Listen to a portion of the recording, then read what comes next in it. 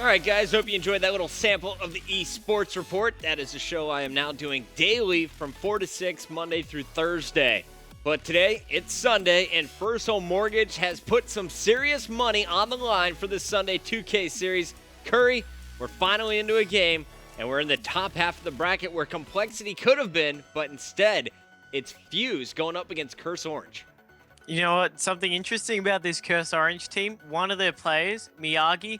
Now, this is something, I don't want to showboat a little, but back in Black Ops 2, when this guy was, basically unknown, I actually had the opportunity to cast over him. I remember it quite well because he was just an animal. Like, I'm not even kidding. Like, he was in the, he was basically treated like an amateur, but watching him play back in the day of Black Ops 2 when he was very unknown, he was playing like an absolute freak. And I remember saying to my mate Spiny, I was like, if there's one person who I'm going to put my money on to go pro, it's going to be Miyagi. And you know what? Here we are at this 2K. He's on the Curse Orange team, playing with some man of attach and Mud Dog, who was some big names. And you also got to show some love to Croaster there. He's on a big team. He's drawing Curse. I'm not shocked. And he is coming to the series the man to watch from my opinion. All right, well, Curry, I want you to stay in that game. I'm going to do something crazy here. I'm trying to get in the FaZe Envy game as well.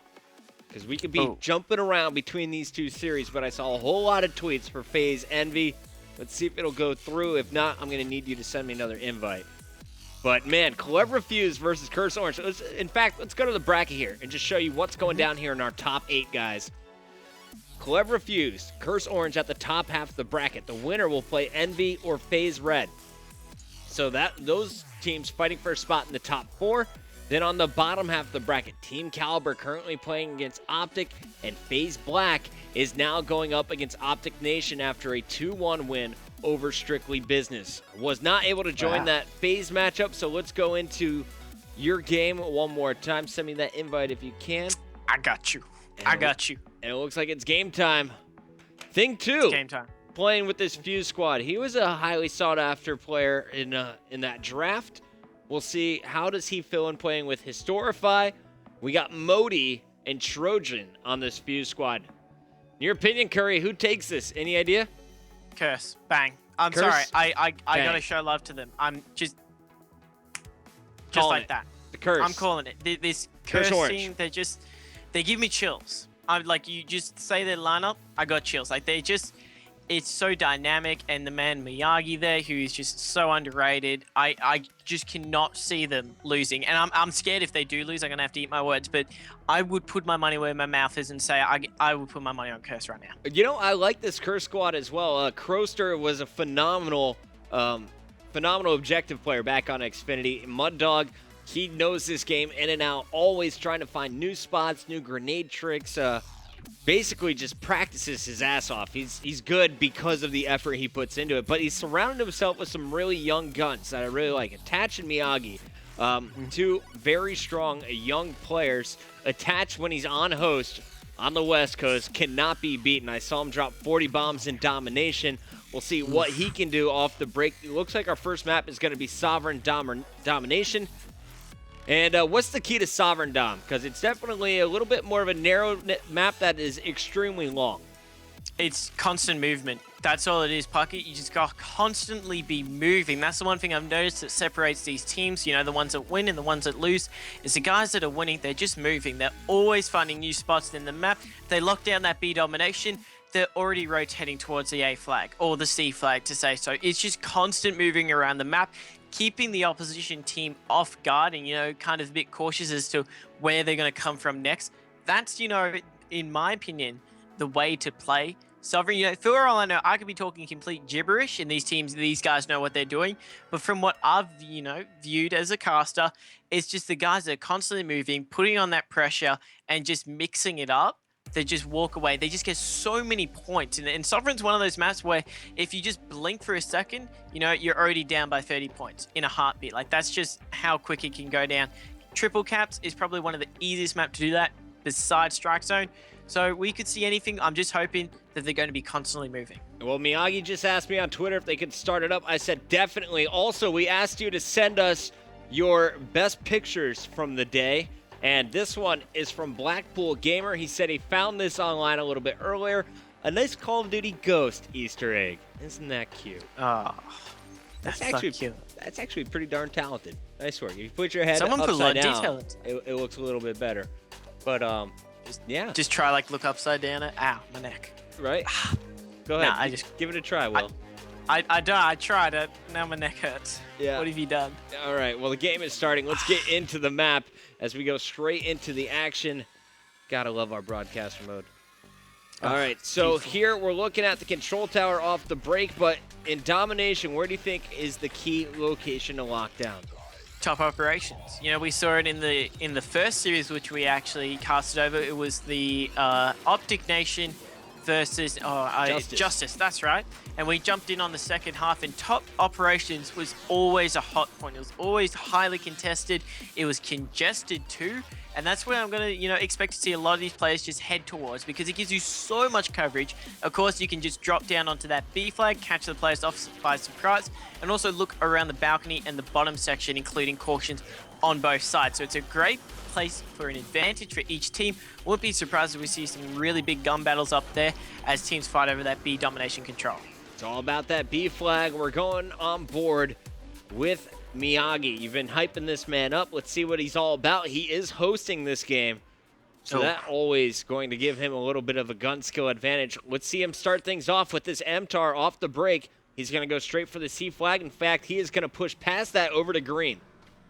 Classic play here by Miyagi, checking that green street now. Oh, stun check over from the guys from Fuse. They're going to push through green there. He gets absolutely destroyed by the man of Trojan there. And Fuse, they've started off very strong. Look at this, Trojan instantly on that B flag, and Puckett, the guys at Fuse, they've come out strong in less than 30 seconds, have already captured that B flag. That's right, and there is a player now behind enemy lines. Look at Trojan go with this Bison. Pick up one. Mud Dog, though, is going to be posted up at B, securing it by himself. Shots coming in. Can Kroster get there in time? Doesn't look like it, and it looks like Miyagi is now going to have to get the two-piece for this to work. Interesting by Mud Dog there. He actually had an assault rifle. You don't see that very often on Sovereign. Well, you do see it very often, but not in domination. So hopefully he can put it to good use there. Kroster now on the B flag. Have to show him some love. He's trying to do some defensive work. Miyagi does clean up Trojan, and Curse, they answer back, locking down that B domination. Good teamwork by them to regain control. But Fuse, they're on the back foot right now, and they're putting a lot of pressure around this B flag. Really nice wall bangs there from Thing 2. Miyagi trying to fend players off of B. He'll go down. Mud Dog won't be able to hit his wall bangs. And let's go over to this Fuse squad after Mud Dog dies, but not going to happen quite yet. Takes out Trojan with some nice jump shots. Finally, he goes down. Thing 2, top of the leaderboard here for Fuse. He's on a 5-point spree as well. Man, the man of Thing 2 just went big there, just walking around B flag, picked up a nice double, put Curse in the back of their spawn, and the guys that are refused, they're doing a great job right now, but they got to try and neutralize this B flag. As I say that, they did just do that, the man of Trojan. There is a player behind enemy lines, though. Not surprised about that. The Curse guys, they love to catch players off by surprise. That was attached. Cleans up the kill. 3 down for Fuse. Not what they would have wanted. Storify, he's got to go big right now, trying to defend this B flag.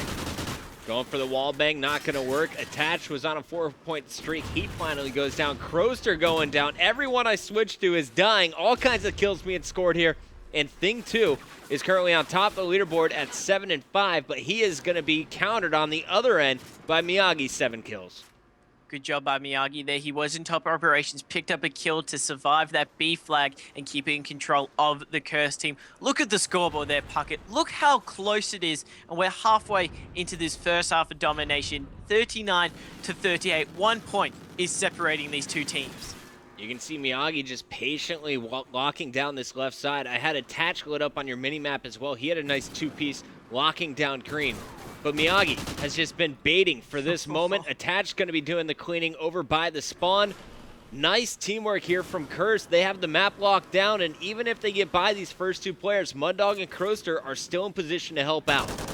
Wow, Miyagi, he's going on a tear right now on this B flag. 5 kill streak to his name. The guys over at Fuse, they're trapped in the spawn. Make that 6 to Miyagi. No one can contest him on his host right now. And he's going to make it 7 there. Absolutely destroy Thing 2. Trojan finally able to kill the streak there. Was a nice little double to take out Attach too. So guys at Fuse trying to get out of that spawn. But in the meantime, Curse, they've got a pretty big lead from that right there, Puckett. 10 points. This is exactly what they needed, seeing as though it was so close for that first 3 minutes. Thing 2 coming alive here, will not be able to connect on those shots. A little bit sloppy. Modi, though, into the action. He falls as well. It's all up to Histor5. 4 down for Curse, but everyone coming off respawns, and you see Mud Dog answers right back with the Vector. So Mud Dog, he's a Remington player, also can switch over to the sub, choosing to go with the Vector after the buff. The Vector, have you seen that thing on land though? Oh, it's an animal. It will take you to shreds like the Bison does online. And Mud Dog, he's putting it to good use right now. He just got control of B flag. Curse, they're looking to finish off this final minute strong. Yeah, Mud Dog was on a nice little spree before being taken down. He's now 7-7, back into 50-50 range. I'm on board with Croster. He's 10-10, letting his teammates do the spawn killing. Does he try and put the pressure on? Gets a little bit too aggressive. Miyagi, though, 16-9, has more kills than any other player in this game. Let's stay on board with him through the respawn. Interesting by Miyagi. He didn't start off strong, but all of a sudden he's just turned it up. And the guys over at Curse have got a big lead. Final 30 seconds. They're going to finish this one off strong. They just locked down a home flag. B flag is under control, but it was Miyagi there. Wouldn't be surprised if he goes big. Now, that was a bit ballsy right there. He took on 3 players, was only able to take out 1. The guys from Fuse, they should be able to lock down that B flag for the final few remaining seconds. But Pocket, it's going to be a relatively large lead for the guys over at Curse. Coming into this second half, the guys at Fuse, they didn't start off strong. How do you think you should counteract the guys at Curse? Because Curse, they went absolutely hard out in that first minute. You know, if you're in Fuse, how do you, counter that? Do you play a little bit more passive, or do you try to get some lines of sight going? You can't get stuck in your base. That was the only thing that they did wrong. They actually won the initial gunfight. They stunned Miyagi off the push on the left side. They had initial B control, but really when they got stuck in their base and they had attached Roman out front and Miyagi just doing the damage from B, that's where things started getting away from them. You have to give them credit for the way they finished, though. They were down 24 points at one point in that game. They came back and brought it within 16 points, I believe, in the final second. So 74-90, I think, was the total score. We'll see. Can they come back from the deficit? It is Miyagi's host, but Trojan, I think, was my star player. He didn't have the best stats overall, but he had a nice set of 2 pieces, one at the start of the game, one to break out of that spawn trap. I'm looking for him to have a big second side.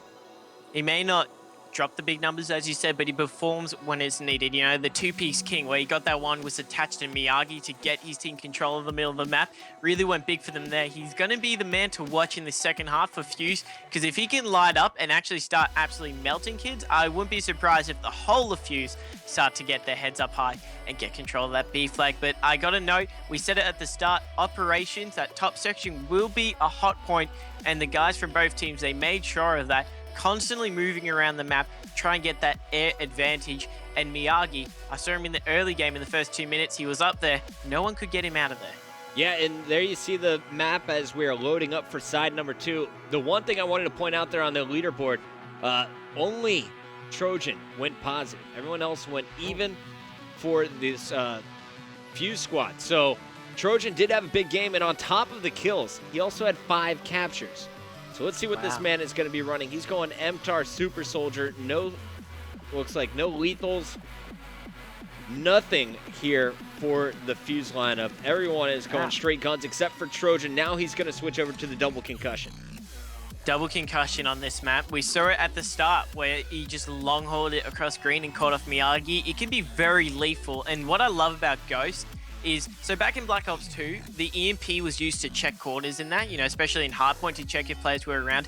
That's what concussions are in this game. A lot of players, they don't use it to really, stun a player if they know they're there. They do it just to check corners, check rooms, see if someone is up there. That's what a lot of people have been adapting into their playstyle. Trojan, he did it at the start of the first half, should be able to do it in the second half and get his team a good start.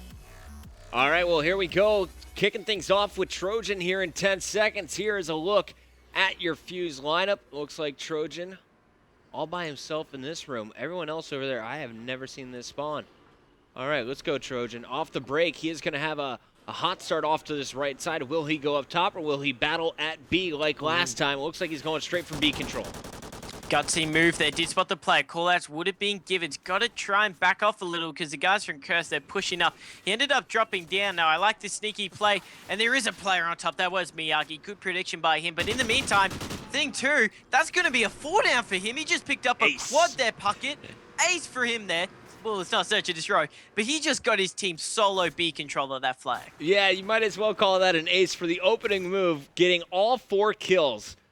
Giving a death to everyone here from Curse. Now he's behind enemy lines. Gotta love the opening here from Thing 2. Thing 2, 5 kill streak. He hasn't dropped yet. Oh! But he gets absolutely destroyed by the host there, by Attach. Actually, in his host, but Attach, got to give him credit there for that one. Kroster, 0 for 2 right now. Hasn't had the best of starts. Needs to lift his game if he wants to keep Curse in this first map. But look at B Flag. Just look at that mini map there, Puckett. So many players are heading towards it, and it's so congested. But Thing 2 is still going off 7 for 1 right now. Thing 2's doing big things. He falls down same time as Modi, so it'll be up to Historify and Trojan to keep B control. Trojan going to be challenging, gets the kill on Mud Dog. Pre-firing, looking for more players, but everyone's back in the base trying to deal with Modi, who is going for that C flag, and it looks like C is going to be stolen here by Curse. They have AC control. This is going to force some rotation back from Fuse. Trojan's aware of it, trying to push over to A now. This is going to actually also force the guys from Fuse to get almost sandwiched in that B flag. Of course, the spawns, once you drop and both of the home flags are in the opposition team's handles, you basically just spawn directly in the middle of the map. And it's really hard to get out of, especially if the team has a good setup. But it was good rotation by the guys at Fuse. They did that before they guys from Curse even had the opportunity to do so. Thing 2, still making some big plays right now. He's dropped off a little after starting off very hot, but he did just get a nice assist there. And Fuse still in control of this B flag. They actually haven't got rid of it once since they locked it down in the first minute, Puckett. And they're actually closing this gap really quickly, 30 to 38. If we take away that 16-point advantage, it's only an 8-point game right now. I'm watching Historify. He's spawn camping on this left side. And a nice kill there, looking for 2 more Curse spawners. Gonna rotate over here to A, and I love Historify. He's one of my favorite guys in the Call of Duty community. Such a nice guy, always a true professional, and he just hasn't had the best of luck with his teams. I remember when Fuse and Justice both came out around the same time, I put them on equal level. Since then, Justice has kind of taken off. They're now in Season 2. Fuse has not had any great performances, but Historify sticking with his team and his organization. A longtime member, won't go anywhere, trying to rebuild this squad. And with the look of it, I mean, Trojan, Thing 2 on this lineup, he's got a pretty strong team for this tournament. Oh, it definitely is. You cannot take anything away from them. He's built it up, and they made it to the top 16 here, the 2K. They definitely got to be impressed with that. And the way that they're heading, they could even go further than that. Thing 2 on my screens right now. He's really dropped off, though. That's a little bit disappointing after going 7 for 1 off the start. 9 for 7 he scored, jumping on that B flag, pre-firing around the corner. He gets the kill there on Attach. That is great job. And Historify comes in for extra support. Gets the capture zone. Miyagi, big 2-piece. So let's see what he's up to as he actually gets taken out by his own teammate there. But Fuse managed to get control of that B flag. And if you look at the scoreboard, it's still only a 10-point game. Yeah, if you look at it overall, of course, 16-point advantage for Orange in the first half. But here on the second side, it is an 8-point advantage here for the Fuse lineup. So 8 points overall are what Fuse have to pull away by. Can they continue? Nice shots here from Thing 2. He goes down at B. Modi's going to get a knife, though, getting a little bit of instant revenge on Miyagi. And with B control for the final 50 seconds, they may be able to pull this one out. Oh, if they can pull it out of the hat here. Moti did get that huge knife on the B flag there and managed to also get a kill out the front of the spawn section. Thing 2, more kills to his name. He's starting to lift the game up here. This could come down to the wire right now, Puckett. 30 seconds left, and I got to do some quick maths in my head. The guys at Fuse, they could do this one. Historify, look at what Historify's done here. He's already rotated over to A, but in the meantime, the Curse guys, they've managed to actually capture that B flag and neutralize C. Uh-oh, so B and C going over to this Curse squad. It's coming down the wire. Last 12 seconds here, 84 to 67. Curse on the comeback. Trojan trying to go as big as possible at C. Will keep it in their control, but I don't think it's enough. 16, are we tied? We're tied right here. Wow. What a finish here from Fuse. Curse trying to overextend, causing issues. But Modi and the boys just putting on enough pressure at the end. I think we're going at it one more time, if I'm not mistaken. Despite a 6-12 performance here from Kroster, I mean, this one really freaking close. On the other side, who was the star player for Fuse? Oh, you definitely have to go to the man of Thing 2. He started off so strong, ended up lifting his game in that the final 2 minutes or so. Easily the MVP for that round. And we're going straight back into it, Puckett. 16 apiece for both teams at the end of that. We said it was going to be close, but I didn't think it'd actually be a dead draw. All right, so 0-0 is the series score. We're going at it again, guys. 60-second commercial break while the map loads up, and we'll be right back with game number 1 for a second time.